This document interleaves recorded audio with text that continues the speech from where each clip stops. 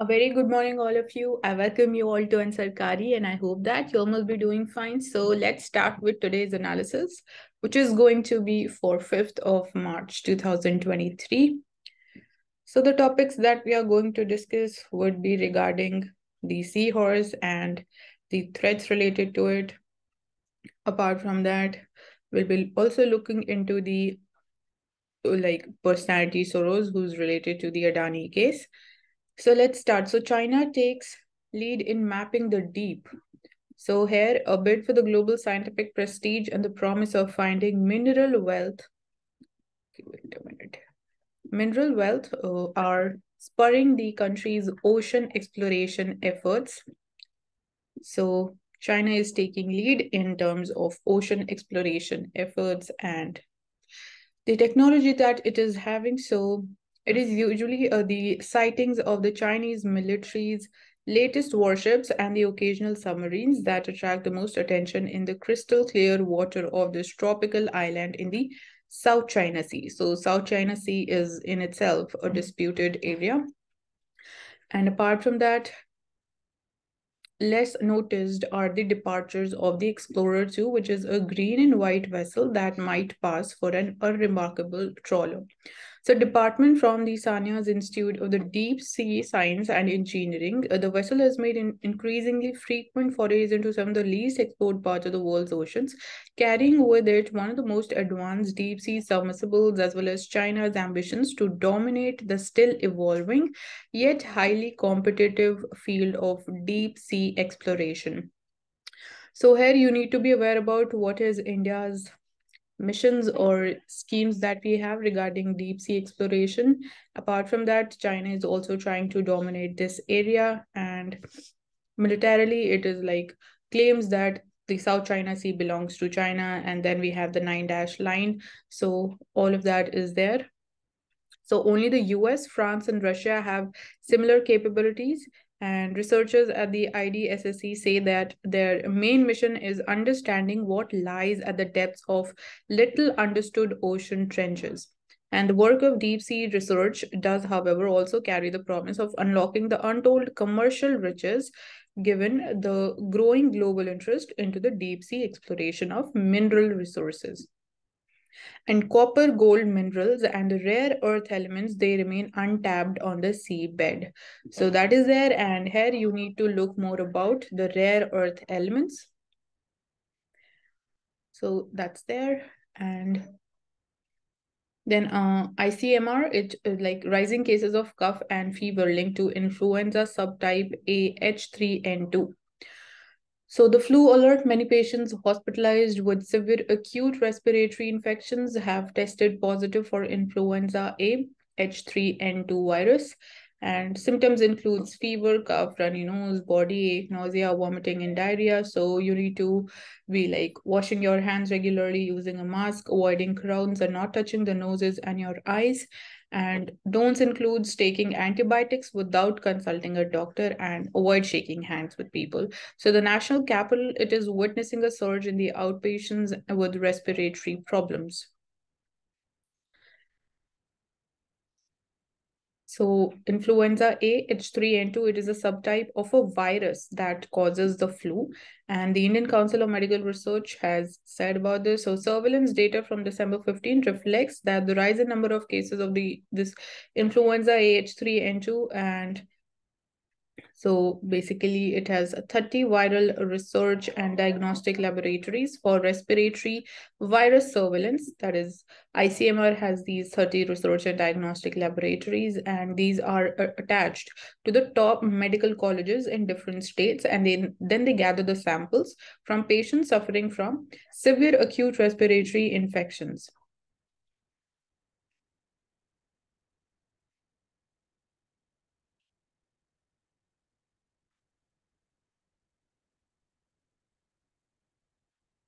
So Stalin warns rumor monger says that Tamil Nadu, it supports the migrants. So we have been seeing this topic from the last 2 days also coming in the newspaper. So it becomes important for you to know about all the legislations, the committees that have been formed so far, the laws that we have in India, if we have them, and different Supreme Court judgments and if any constitutional article is related to their interest or not. So all of that is very important. And then talking about collection of their data, this was another point which was highlighted during the pandemic when we saw a huge amount of reverse migration.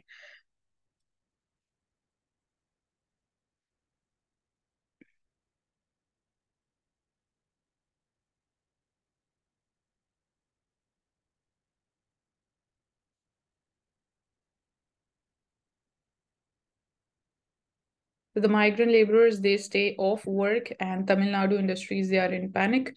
So heads of the MSMEs and the hotels, restaurants, and construction companies, which employ 70% of the migrants, they meet workers to reassure them for their safety. And owners are hopeful that they will return after Holi, and panels have been formed to interact with them in Hindi language. So these are certain steps so as to make them feel safe, which are being taken up. So industries across Tamil Nadu, which rely heavily on the migrant workforce, they have hit the panic button as a section of their workers. They stayed away from work after seeing fake videos and reports on the migrant workers being attacked in the state. So this is the main reason why they're staying away from the work. So how you can like the technology, it can obviously it plays a very important role, and apart from that there have been reports that migrant workers, they are being attacked. So from that perspective, here you should also know that migrant laborers fall under which list, the union, state, or the concurrent list. That also becomes very important over here.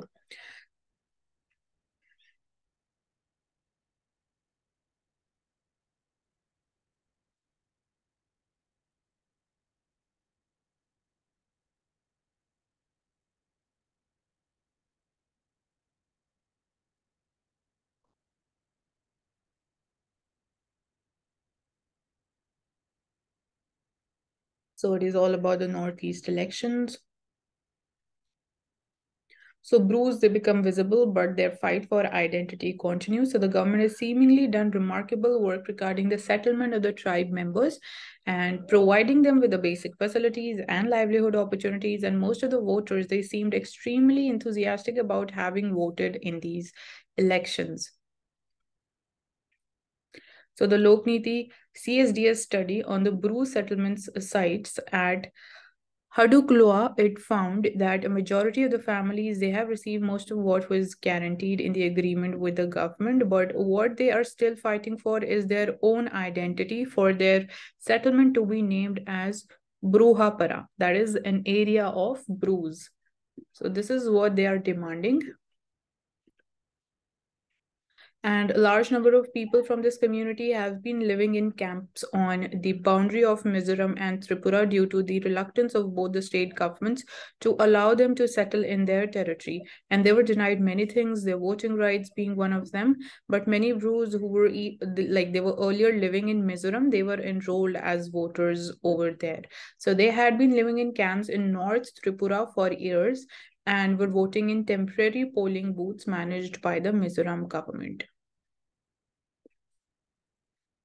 So the problem did not end here, as the people of Tripura, they were also reluctant to allow the Brus to be enrolled as voters in Tripura, and they were also denied rations and other state-sponsored facilities.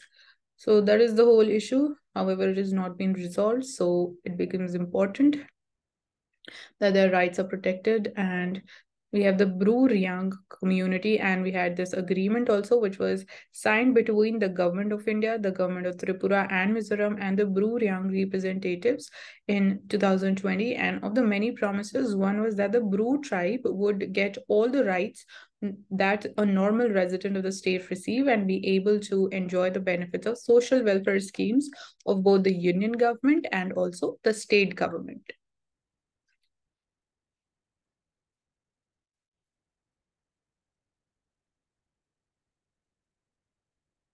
So Australia and Japan prime ministers are going to visit India ahead of the Quad summit, which would be hosted by India. So that is an upcoming summit that would be hosted by India, apart from the SEO summit also that would be hosted by India this year. And obviously India is the president of G20.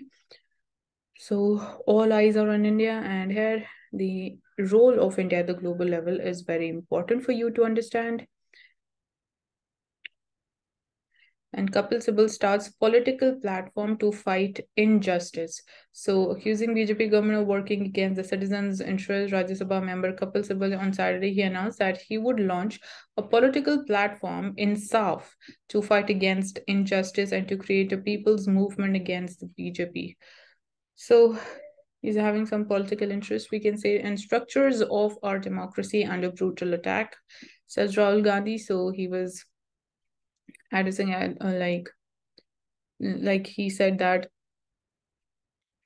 the structures of Indian democracy they are under brutal attack, and there are conversations ongoing with the opposition to unite and around an alternative vision for the country. So here, what is the role? Why a strong opposition is very important in democracy? What is the role of the opposition? Becomes an important thing from the perspective of examination. So government to decide among the FA-18, Super Hornet, and Rafale M. So the Rafale M they have been provided by Dassault Aviation, and FA-18 and EF Super Hornet by Boeing. So basically, these are the jets which meet the requirements of the Navy, and a selection between them will be the government's decision. So the Navy Chief Admiral R. Hari Kumar said this, and adding that the Rafale M they has commonality with the Air Force in terms of spares and the support.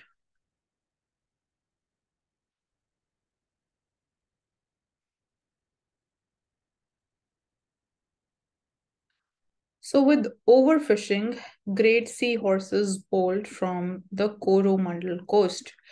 So extensive fishing off the Coromandel coast could be forcing the great seahorse to migrate laboriously towards Odisha, and fishing is less intense in Bay of Bengal off the Odisha coastline. However, the shallow coastal ecosystem of the eastern Indian state may not be the new comfort zone for the fish with a horse-like head. And the study, it was basically published by the Journal of Threatened Taxa. So it was based on specimen of a juvenile great seahorse, and which is, you can scientifically, it is called Hippocampus kelloggii, which was caught in a ring net and collected from the Aryapalli Fish Landing Center in Odisha's Ganjam district. So the authors of the study are these, and it's a vulnerable species. So there are 46 species of seahorses reported worldwide, and the coastal ecosystem of India house 9 out of the 12 species which are found in the Indo-Pacific, and one of the hotspots of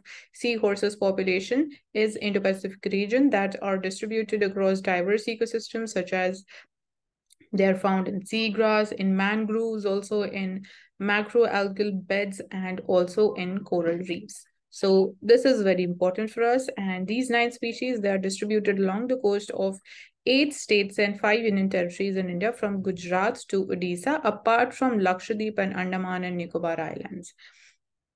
And the population of the great seahorse, which is among the 8 species tagged as vulnerable, it is declining due to over-exploitation for the traditional Chinese medicines and as an ornamental fish, combined with the general destructive fishing and fisheries bycatch.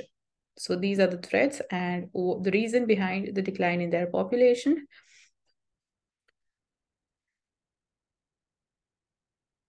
So despite the ban on fishing and the trading activities on seahorses from 2001, we are still seeing that things are still functioning and they're still continuing. And this creates immense pressure on the seahorse populations that have a high dependence on the local habitats to maintain their extensive and long life history traits. So these are poor swimmers, but they migrate by rafting, clinging to a floating substrata such as macroalgae or the plastic debris for dispersal by ocean currents. So that's how basically they're able to migrate. And however, the 1,300-kilometer northward migration of the great seahorse from the Palk Bay and the Gulf of Mannar to Odisha is likely a response to extensive fishing activities around the southern coast of India. So that is the Coromandel coast. And so Coromandel coast, it includes the state of Tamil Nadu. So that is known as the Coromandel coast. So we are seeing that they have shifted more towards the Odisha state. The species, it is abundant off the Coromandel coast, so that includes Andhra Pradesh and Tamil Nadu, but it is under extensive fishing pressure. So finally, this calls for increased monitoring of the coastal ecosystem of India on the east coast for better conservation and management of the remaining seahorses population. And apart from that, we have looked into that what is the most suitable habitat for them. So the intensity of fishing is much lower compared to the Gulf of Mannar and the Palk Bay region. So you need to spot these two regions on the map also. And so even if they migrate northwards, they would not have a suitable habitat unless the fishing nets that catch them, they are banned, or the fishing practices such as trawling, they are stopped. So even to make sure that they're able to survive around the Odisha's coast, such type of fishing activities, they need to be curbed.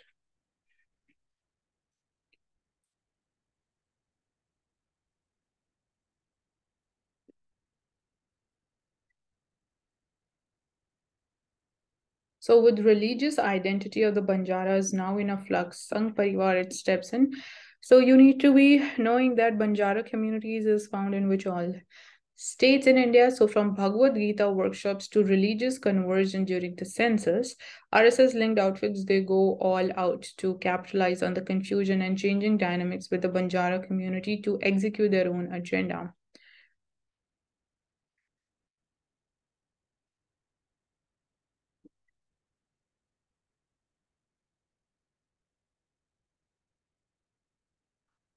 So the Banjara community is in news because the Union government has launched a campaign to celebrate the 284th Jayanti, that is the birth anniversary of Sant Sevalal Maharaj, who is another saint revered by the Banjara community.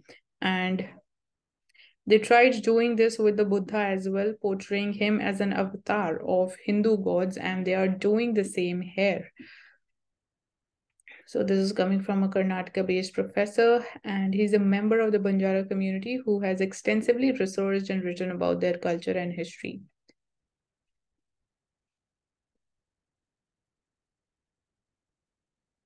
So different skill development training camps for the Banjaras are being organized in Rajasthan.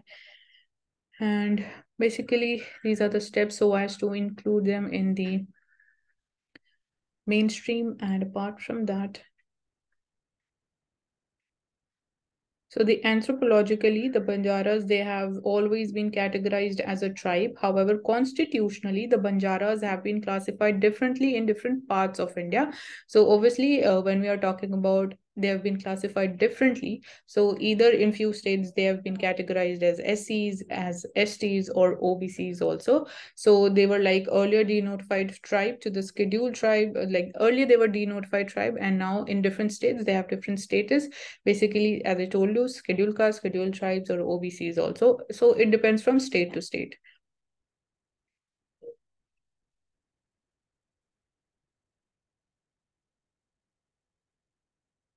So Assam's Moy dams fit the UNESCO requirement for the heritage site. So Assam pyramid-like structures known as modams or madams, they have met all the technical requirements for UNESCO's World Heritage Center. And Cheredo in eastern Assam, it has more than 90 modems, and you can have a look. The modems enshrine the mortal remains of a home royalty along with the objects they cherished. So that's how basically they look. You can like get a rough idea about the modems. And so these are mound burial system of the Ahoms who ruled large swathes of the present day state, that is Assam, and beyond for more, some around like some 600 years until the advent of British rule in 1820s. So with great pride, happy to share a landmark achievement in our endeavor to get the World Heritage Site status for the Charaido Madams. And so this is the new addition to the World Heritage Site from India. So they would be added under the cultural sector.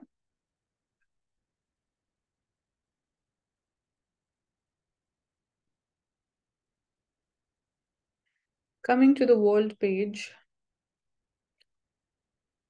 so Malaysia is suffering from floods, seeing the impact of climate change differently in different countries.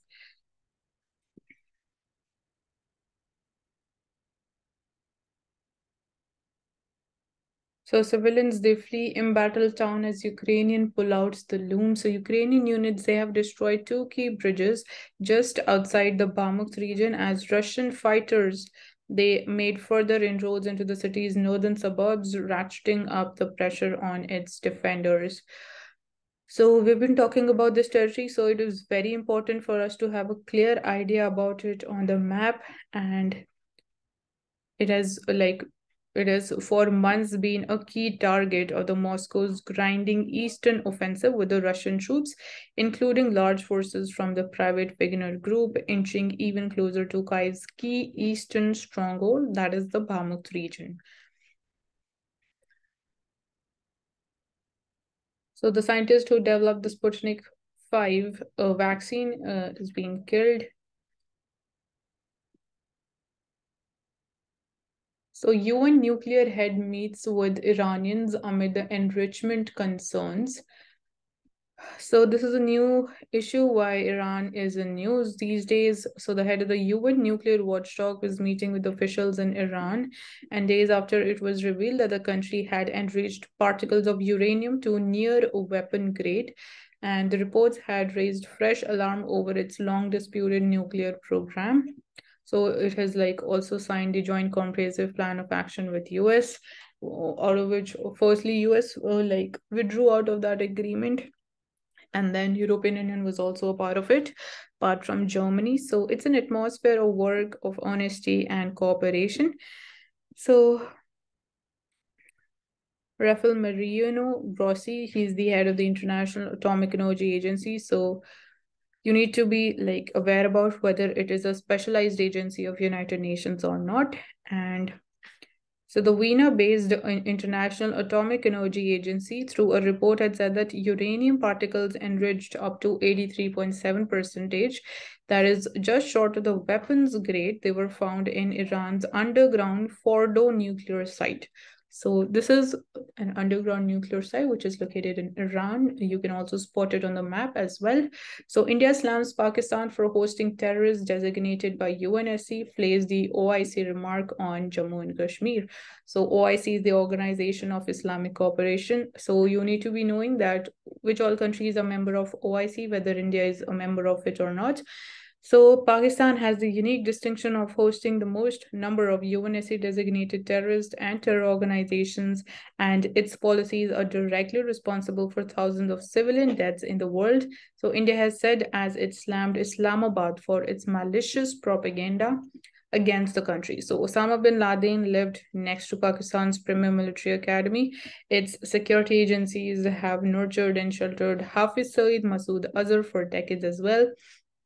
So the first secretary of India's permanent mission to the UN, Seema Pujani, said that while exercising India's right of reply to the Pakistan at the United Nations Human Rights Council in Geneva, and India also assailed the Organization of Islamic Cooperation for its unwarranted references to the Union Territory of Jammu and Kashmir and for allowing Pakistan to hijack and misuse its platform for carrying out Islamabad's nefarious agenda against New Delhi. So the fact is that entire territories of Union territories of Jammu and Kashmir and Ladakh have been, are, and shall always be part of India. Pakistan is in illegal occupation of the Indian territory. Coming to science and technology, so influenza virus might have marine origin with fish as the early host. So a new study posted as a preprint in the Rixby, it has found that the order, that is this, which includes the influenza virus, it first emerged in the aquatic ecosystems, and fish might have been the earliest hosts of the influenza virus. This is not so much important for us. So phytoplankton booms increase in size in the 21st century. So you can see it it makes the water green in color, and what impacts does it have when it comes to the sunlight or the availability of oxygen. So is it good for the survival of the aquatic species or not. So you need to be clear with all these ideas. So coastal phytoplankton blooms increased in both their size and their frequency between 2003 and 2020 as per Nature. And researchers, they created a comprehensive map of the bloom distribution and its trends by assessing that 760,000 satellite images. So the bloom affected area in 2020 was 47 million square kilometer, which is around 8.6% of the global ocean area. So this was an increase of 13.2% from 2003 levels. So scrub typhus, which is a combination therapy, it can save more lives. So mortality rate was same in the combination therapy arm and two monotherapy arms, but there was faster resolution of complications in combination therapy group. So saving lives by faster resolution of complications. India is one of the hotspots for scrub typhus disease, with at least 25% of the world's disease burden. So the scrub typhus disease, India has almost 25% of disease burden when we talk about this. So it's of concern because mortality due to severe disease with multi-organ dysfunction was 24% as per 2014 study. So combination therapy with doxycycline and azithromycin achieved faster resolution of complications compared with the monotherapy using the either drug. So combination therapy achieved faster clearance of the bacteria compared with the monotherapies, and faster resolution of complications using the combination therapy can potentially save thousands of lives. So this infection does not cause typical symptoms, making correct and early diagnosis difficult. So awareness about the infection and disease is very low in India, despite the high disease burden and the mortality that we suffer from. So in Vellore, the increased awareness and the early diagnosis led to sharp drop in the mortality, even with the monotherapy. So it has no typical symptoms. Scrub typhus is transmitted to humans by bites from the tiny infected larvae of mites that breed during July to March. So only the larval stage of the mite requires a blood meal, which is usually from the rodent. So the larvae are invisible to the naked eye and the bite is not painful. So a person does not basically even realizes that they have been bitten by an insect and possibly infected also. So infection does not cause any typical symptoms, thus making correct and early diagnosis is very difficult. So increasing the awareness can clearly bring down the mortality rate. And so in 2005 and 6, the mortality rate was 15% in the patients. And so we have been able to reduce it to 6% in about 10 years, even with the monotherapy. So carbon stocks of trees in Africa were overestimated. So we know that forests are one of the biggest carbon stocks in the world. So here you need to be clear that whether it is the oceans or the forest, which of them is the largest carbon stock?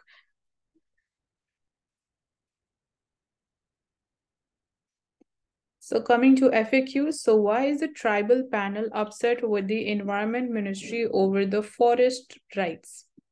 So what is the National Commission for Scheduled Tribes claiming about the forest conservation rules of 2022? So this is a whole issue regarding this thing. So we'll be looking and understanding all about it. So after the National Commission for the Scheduled Tribes, it invoked its constitutional powers to requisition the detailed Forest Rights Act implementation reports from the Supreme Court.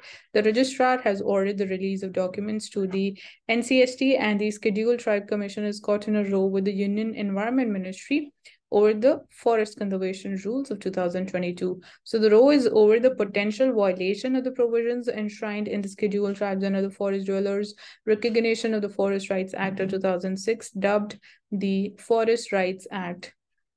So what is the act and what are the rules? So the Ministry of Environment, Forest and Climate Change in June 2022, it notified the forest conservation rules of 2022, which prescribe the mechanism for the diversion of the forest land for non-forest purposes. So these amended rules, they have omitted a clause that explicitly required any proposal to mandatorily have the consent of the local tribes people and other traditional forest dwellers of the area. So this clause, it was earlier present and this has been omitted. And obviously, we can say the power of the tribes people and the local dwellers and the forest dwellers has been taken away. And the FCR 2022, it also allowed entities to go for the consent of the locals after stage 1 or even after stage 2 clearance.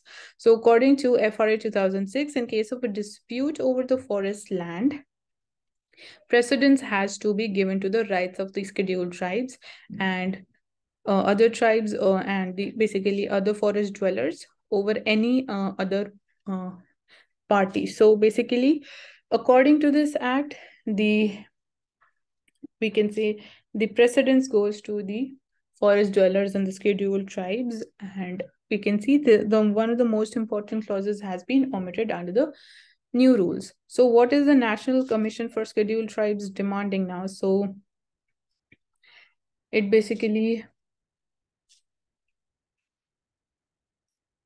firstly, the chairman of the commission is demanding that these rules, they should be put on hold, and the previous rules which provided for the consent clause be strengthened. It should be strengthened, but it has been diluted.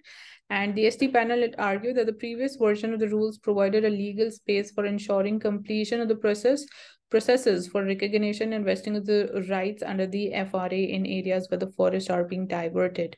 So the ST Commission noted that it made little sense to take the consent of the tribals and forest dwellers after an applicant had got stage 1 clearance.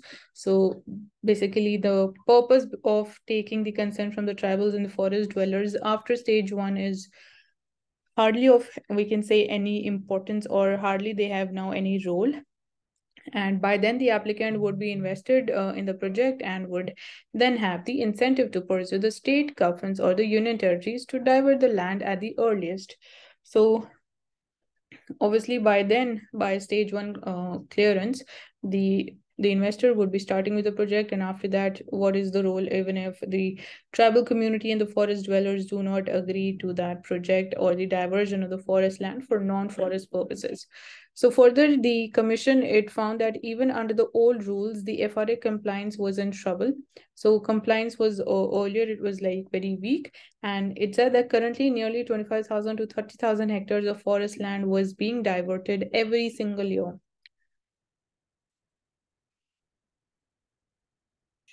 Apart from that, why are the index makers attracting attention from SEBI, that is Securities and Exchange Board of India? So how do the market indices they work? Are Indian retail investors embracing the passive index-based investing? And why is SEBI bringing index makers under the regulatory purview?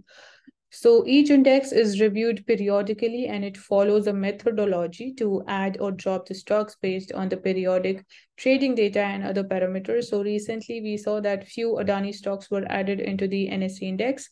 So following a report by the US-based Hindenburg Research leveling several allegations against the Adani Group, the global index providers like MSCI, they are reviewing some of these stocks' inclusion in its indices that are replicated by many foreign portfolio managers. So on the one hand, MSCI, it is, we can say it is an international stock of the US. So basically, they are looking into whether the Adani stocks they need to be a part of the index or not. And on the other side, in India, and the NSE, that is the National Stock Exchange, it has announced that 5 Adani Group firm stocks will be added to the 14 different indices administered by a subsidiary called NSE indices. So both the things are completely opposite. So what are actually index funds? So with thousands of stocks which are traded in the stock markets around the world and their prices often moving in different directions, most observers, they assess a market's general trajectory amid these individual price swings by looking at the broader benchmark indices. So that is a most important role of an index and the main purpose for which they are constituted, and periodically they are updated. So for instance, and for example, we have the Sensex index. So in Sensex, there are basically, it comprises 30 largest, most actively traded stocks on the Bombay Stock Exchange. So likewise, we have the NSE, the National Stock Exchange Index, that is Nifty 50. So it has 50 largest and most actively traded stocks. So that is how these indexes, they are basically calculated, their purpose, and for what purpose are they really used. So while the economists and governments, they look at the market indices, the movements as the barometer of the confidence levels in the economy, individual investors and fund managers use them as a gauge to compare their own portfolio's performance. So that is there. And how popular are such funds in India? So while the index funds and the exchange traded funds, they have been an option for Indian investors for about 2 decades, and they have seen an exponential growth in assets since 2015. And from 8 such funds in 2008, there are as many as 200 options now. And how are the indices made? So I don't think so that is going to be an important thing for us. Apart from that, so what has SEBI proposed now would be an important thing for us to know and understand. So noting the growing dominance of the index providers due to proliferation of the passive funds that drive the capital flows towards assets that are part of the particular market index, SEBI has proposed to bring them under its regulatory purview.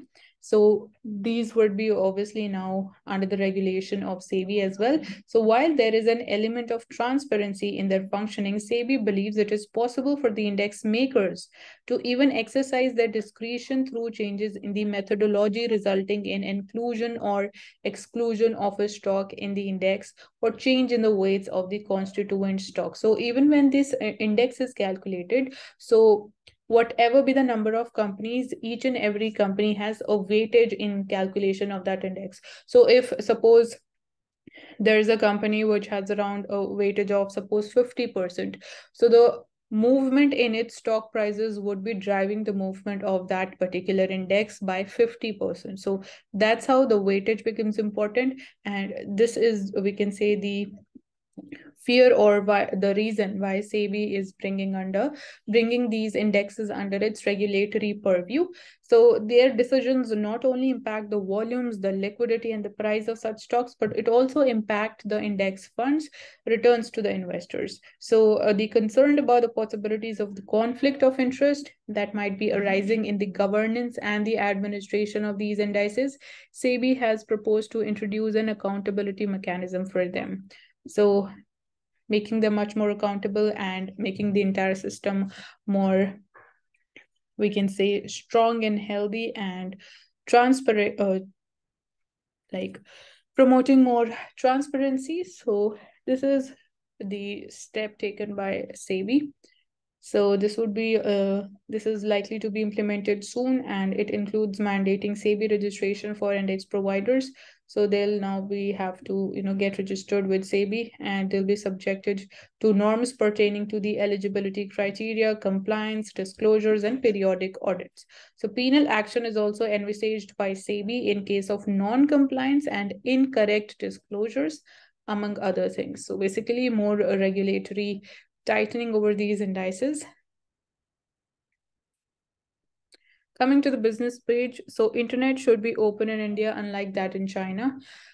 So no country can dominate the semiconductor supply chain alone when moving away from China, says the Minister of State for Electronics and IT. So he urges collaboration between like-minded nations amid reordering of the semiconductor world. So we faced huge amount of shortage when it comes to the availability of semiconductors. So semiconductors, basically, they are used in manufacturing of automobiles. So that's how we saw that if we are dependent upon another country for the semiconductor supply, so how negatively it can impact the Indian economy. So it is very important to have self-sufficiency or diversity when it comes to dependence upon the foreign players.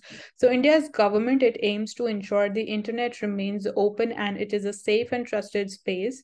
So rules concerning the intermediary platforms put in place to ensure accountability provide a safe and trusted internet. Apart from that, de-risking of the global supply chains from the over-reliance on Chinese chips can only be achieved through collaborative efforts by different countries. So we need to collaborate on this thing, and He also hints at the US CHIPS Acts. So, India's efforts to attract investment in high tech as examples of reordering of the semiconductor world. So, these are some of the highlights. And apart from that, exports of goods and services in financial year 2023 may cross $750 billion. So, despite we are having and we are facing the global economic uncertainties, Commerce Minister says this, there's a rough idea. So in 2021-22, goods and services exports, they touched an all-time high of $422 billion and 254 billion dollars respectively, taking the total shipments to $676 billion. So basically, this would be breaking the record if we achieve this figure of $750 billion.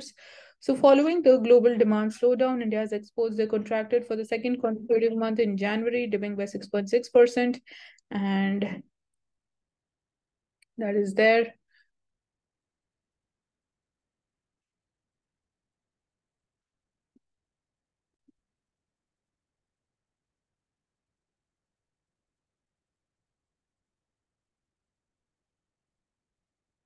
So coming to the Financial Express, infrastructure development needs to move in top gear in India. So here you need to be knowing about the different infrastructure projects and schemes that have been launched by Government of India. Some of the major ones, obviously, one of them is the National Infrastructure Pipeline. And apart from that, we have the Gati Shakti program that is focusing upon the logistical sector and bringing down the cost, making it much more efficient. So he says that the thrust on capital expenditure to make India developed by 2047, when India would be completing 100 years of independence. So Finance Minister says that government not in crazy rush to sell everything, and it will continue to have a presence in four strategic sectors that would be telecom, Finance Minister said, and apart from that, the ministry said that the country will have government owned, professionally run companies in four broad strategic sectors. So we'll be looking into which four sectors the government would be having the strategic power. And apart from that, the infrastructure development and spending is gathering speed. So targeting of basically the investment of rupees 110 trillion under the national infrastructure pipeline, then center's capital expenditure estimated to reach a record of 10 trillion rupees by 2024, and 100 critical projects prioritized in the budget. So they have been allocated rupees 75,000 crores. So government capital expenditure has increased 5 times compared to that in the financial year 2014.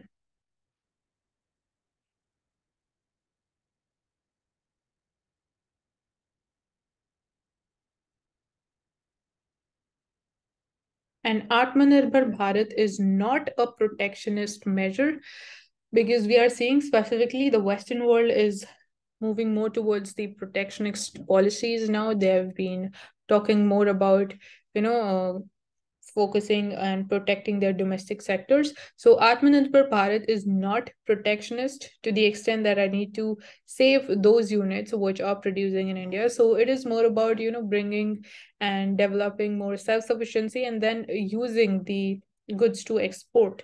So it says that India has right combination for seeking investments. So India is having some of the best prospects when it comes to long-term investments in India. And when we were talking about the four strategic sectors, so that includes the telecom, and apart from that,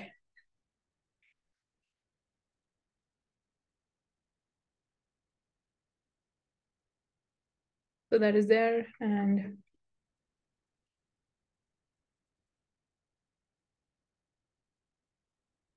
so when we're talking about the draft data protection bill, there's no need for any doubts on the draft, says the Ministry of the MOS, and like-minded nations, they should work together to shape future of technology.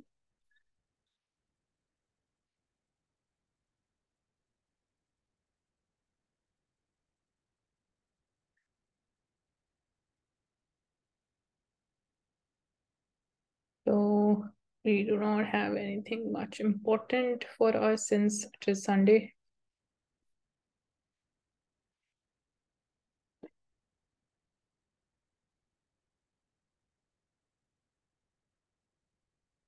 So pivot to the bottom 50% in India. So we're talking about the poor people. So the open, competitive, liberal economy created the national champions.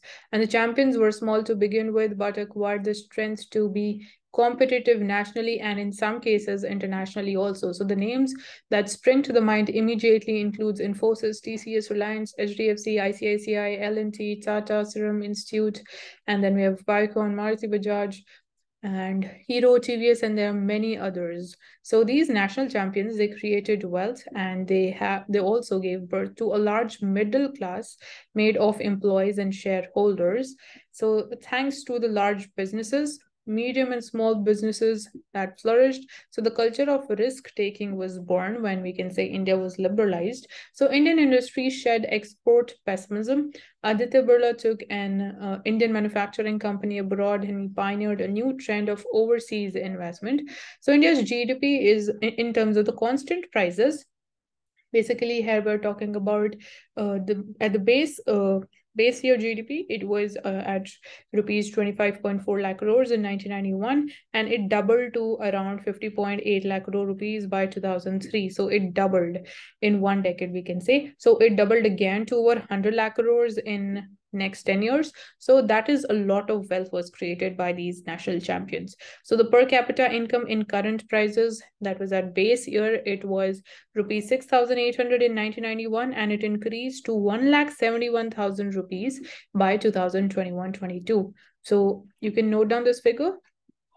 And we failed the poor, but so there was talks of India becoming a middle income country, although like here we talk about the middle income trap, and is like, will India get trapped into this middle income trap or not? So what steps could be there to ensure that there is no such trap is another topic, but this is also very important. So the author of this article is saying that in my view that is some distance away when we are talking about becoming a middle income country. So there is a boast that India is the fifth largest economy in the world, but remember, India is not yet a middle income country also right now, and not to speak of being a rich country. So firstly, obviously it is important that we firstly become a middle income country, and after that only we can think of progressing ahead and of being a rich country, of a developed country. So there is a talk of India being a $5 trillion economy, but in author's view, that is a meaningless goalpost according to him. And even if the Indian economy crawled, it will reach that milestone someday or the other. But what is important here is the time period, the target period that is being given. So these are, in economic terms, all these are irrelevant. And what are relevant and meaningful are the distribution of income and wealth in India, because it is highly, we can say, unequally distributed, and the sustainability of the growth model is then the next important thing, and then the impact on the environment, because here we talk about ESG, we are talking about the climate change, so we're talking about the adaptation to that. So these three things are the most relevant, more meaningful when we're talking about India and its growth. So by all these measures, the Indian growth story, it has failed the bottom 50% of the population, and the bottom 50%, they get only 13% of the national income and holds just 3% of the nation's total wealth as per the Oxfam report. So there is, in practical terms, no wealth tax. There is no inheritance tax in India. Agricultural income is outside the tax net. So gifts to the relatives, they are not taxable. Consequently, wealthy Indians, they find it easy to redistribute their wealth and income among the close family members, because these things are not taxable. So that's how basically they are misusing it. And this is one of the factors which is leading to increase in income inequality in India. So the bottom 50% is poor because it has few assets, little income, and no opportunity for advancement. So basically they are caught in a trap, and there are millions of poor people, but we pretend not to notice them. So we know that when we talk about the levels of poverty, so it is the highest in India when we're talking about the global level. So the increase in the wealth of the country under the prevailing policies goes largely to the top 50%, and no political party has reset its policies to benefit the bottom 50% of the population. So obviously we need to shift our focus towards the bottom 50% of the population in order to really be a developed country by 2047 and achieve our different targets, be it of, doubling the farmers' income or increasing the per capita income. Apart from that, bringing in equality, income inequality, and wealth inequality in India, and also remove this tag of hosting the world's most poor people. So there will be resistance, and the top 50% will resist because they will no longer be able to garner the bulk of the gains of a growing economy. But obviously, we cannot ignore the bottom 50% of the population. So boldly embrace. Nevertheless, the author said that I would plead that the Congress Party should boldly embrace the bottom 50% of the population as its core constituency. And there are many reasons to do so. So firstly, it is the morally right thing to do. Secondly, it will unleash the energies of the bottom 50% that underperforms in the present situation. Thirdly, it will encourage more people to work or look for work and increase in the number of employed persons and the labor force participation rate. Fourthly, it will foster more competition and efficiency. Fifthly, the yardstick of bottom 50% will cut across religions, castes, languages, and gender regions and states. And finally, it may turn out to be an antidote to the toxic polarization of Hindutva. So the bottom 50% of the population lives in conditions not very different from the conditions under the colonial rule. So it is not effectively represented in political parties or in the legislatures and the parliament. And the bottom 50% is waiting to be recognized and embraced, and it has the potential to pick a winner as well. And definitely they have a very important role when we're talking about being a developed country by 2047. Moving to Indian Express, let's see what important things do we have here for us.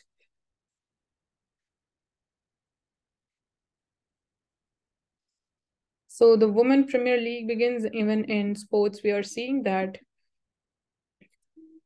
women, they are getting new opportunities on equality with men. Like we have IPL, we are having Women Premier League. So finally, we see that it begins. And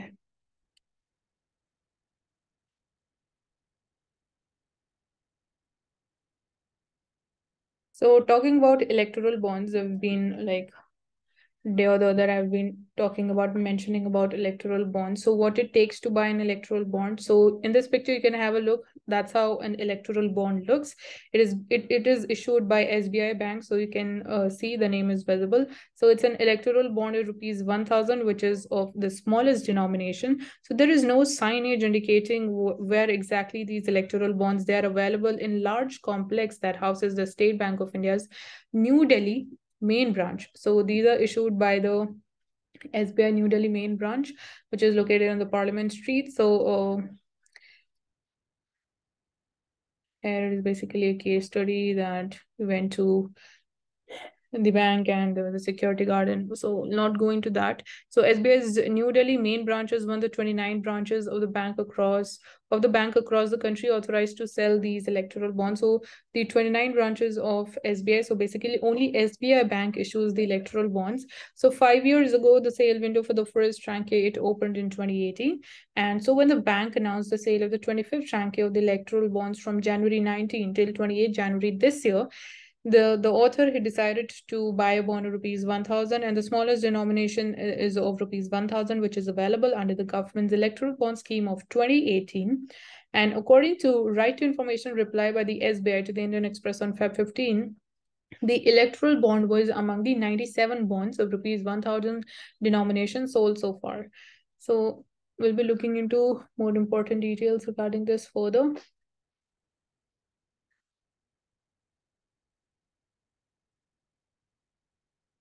So compensatory afforestation neither compensates nor it forests. So 60% of the funds, they are unused. So what is the purpose? I don't know. If the funds are not being used, so actually that is not helping for the purpose for which the funds have been allocated. So it is difficult to replace a natural forest, says officials, and poor land quality is the main challenge. So barren and rocky land where new saplings are surviving precariously, the Plantations, they split over multiple disjointed locations, then funds worth thousands of crores meant for expanding the forest cover lying unutilized in state coffers. India's showpiece compensatory afforestation program, it is struggling to compensate for the forests being cleared for development. So in the process of this investigation, so this was carried out in association with the International Consortium of Investigative Journalists, revealed that good quality dense forest land is often lost, while new plantations, they are sought to be grown on land where little had ever grown before. So again here, as I started with the beginning, that poor land quality is the main challenge, that the main forest land that is cleared, but then you have to compensate for that. And when the land is selected, that here would be basically planting trees, the main challenge becomes the quality of the land, because obviously it is very important for those the saplings which are planted for them to survive and then later on grow into a forest. But however, that is the main challenge. So the compensatory afforestation program is a unique legal requirement that seeks to offset the loss of the forest due to infrastructural and more projects. So here you can see that it's a rocky site which is located in Chhattisgarh, Bhilaigarh, but you can see that saplings have also been planted and how the leaves they have dried up. So I don't think so they'll be growing up further, or this is going to be successful drive here. So apart from that, so when we understand the data regarding the electoral bonds, the total value of the electoral bonds sold so far is around rupees 12,000 crores. Total value of EVs encashed by the parties is it is close to 12,000 crores. And these are the figures from March 2018 till January 2023. So the total electoral bonds sold so far is 21,000, and BJP got more than half of all the electoral bonds sold between the period of 2017 till 2022. So if we can understand that, so this pie chart also, so BJP has it of around 5,200 crores. So they have got such a huge amount. When we talk about the political donations through electoral bonds, next is Congress, then it is TMC, then NCP, and then you have others.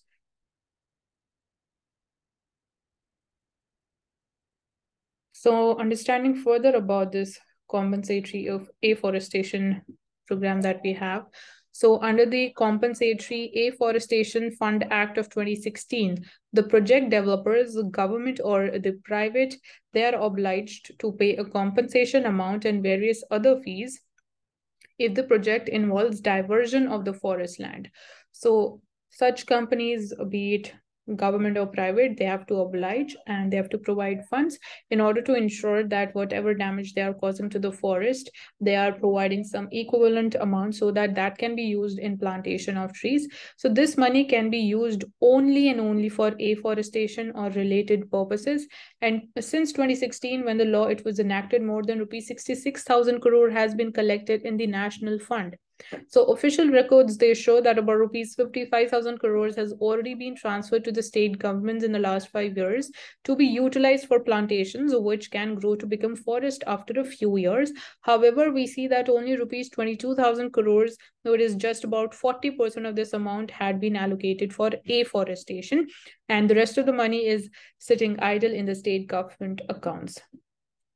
So it is not being, the funds are not being utilized for the purpose for which they are being allocated. And you can like find out more about this scheme.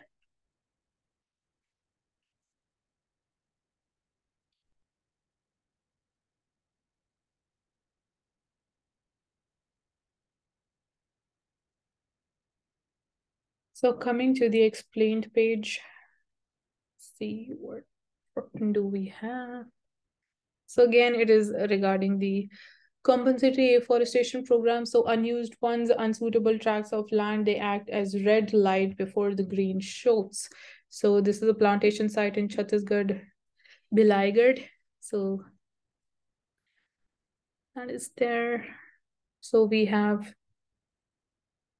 So the state governments, they have to prepare an annual plan of operations for afforestation work through this money. And once this plan, it gets the approval from the compensatory afforestation management and planning authority at the central level, the state government then transfers the approved amounts to the state forest departments, which can then carry out the work of planting the sapling. So government records, it shows that the APOs by the state governments have not made full utilization of these funds at their disposal, and even the money approved for this APO has not been entirely spent.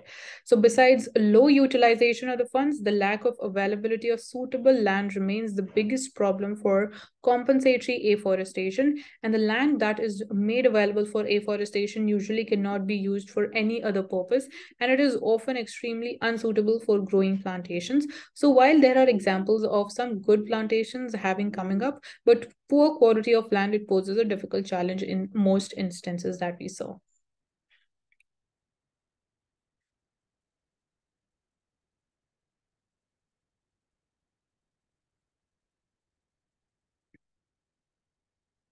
So the world's first 200-meter long bamboo crash barrier has been installed on highway connecting Chandrapur and Yavatmal districts in Maharashtra, and it has been named Bahubali. The bamboo crash barrier underwent rigorous testing at various government-running institutions like the National Automotive Test Tracks and the Central Building Research Institute in Roorkee, and it has been accredited by the Indian Road Congress. So this is an achievement. So we have already looked into this article in Financial Express. It's very important.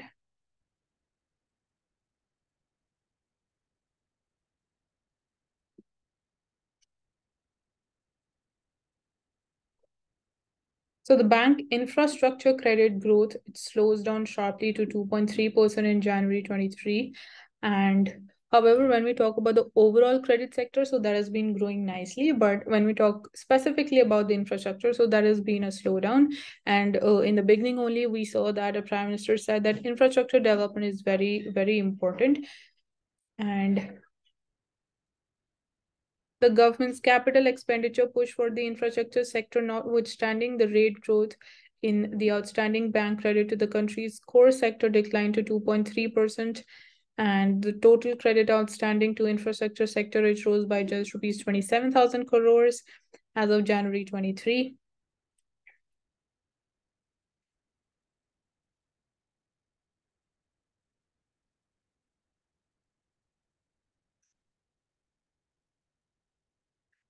So that's all for today. Thank you for joining Ansarkari. I hope you've enjoyed the session and understood all the key things that we discussed. And you'll be also getting the PDF link in the description box. So do not go, do not forget to go through that. And apart from that, please subscribe to our channel, hit the like button and share this video as much as possible. Thank you so much for joining us today.